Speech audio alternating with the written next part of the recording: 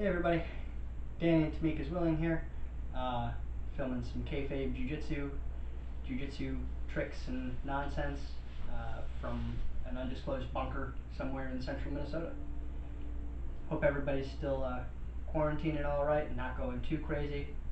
I know it sucks we can't get out there and train with as many people as we would like to, but hopefully you've got somebody stuck with you in quarantine that you can practice on and you can give these moves a shot. Today we're going to be looking at one of my favorite counters to a counter. I call it the Re-Armbar, R-E-Armbar, armbar again. So what we're going to do is we're going to attack a regular old straight guard arm lock, that we've all seen a bunch of times. But I'm not going to be as careful about my knee placement as I should be. I'm just going to be able to pull that arm out. So rather than abandoning the whole thing and going back to guard, we're going to make a shot at the other arm. For this drill, we can just use a double sleeve, not a big deal. The important part is what happens after we get the arm lock. So I'm going to plant and make my arm lock happen, and I'm here. So I'm ready to close this off. I don't like crossing my ankles here. If you do, make sure the one under the head is, or on top of the head rather, is the one underneath. I usually just bite down here, trying to break the posture. If she's able to posture up a little bit and yank this arm out, I'm in trouble. Now, we've got a couple of things we can do. We can open up and come after the triangle, totally valid, but I like to attack this arm. So I'm going to keep some pressure on her with my knee here, so I'm not folding this way, getting past. I've got my knee turned up into her head. My other foot's going to go to her hip. I'm going to shrimp and have my shin come down and go in between her neck and her shoulder. This is providing the other fulcrum point for the arm bar. Now my other leg is going to come up. I'm going to cross my ankles here in front of her face. As long as I'm above her elbow, I have a very tight arm. I'll show you again here, a little bit faster. Please.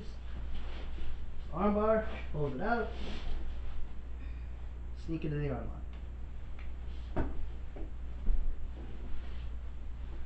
We do have to be careful when we do this. We don't end up tipping over that way, because we do turn our hips over a little bit more than we would with a regular old arm lock. So I want to be careful when I lose this one that I don't overshoot and come up here, because I'm unlikely to be able to finish that.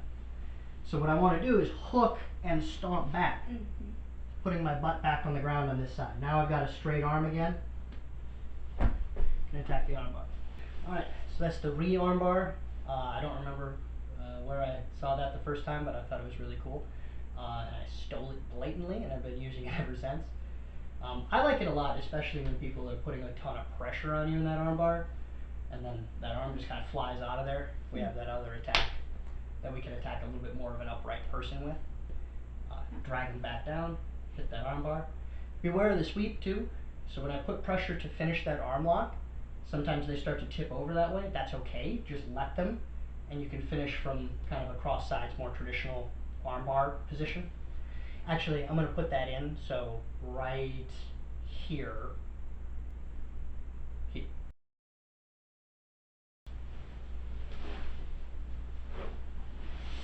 So if I get to here and I start to stomp and she comes down, that's okay. Finish here. And we're back.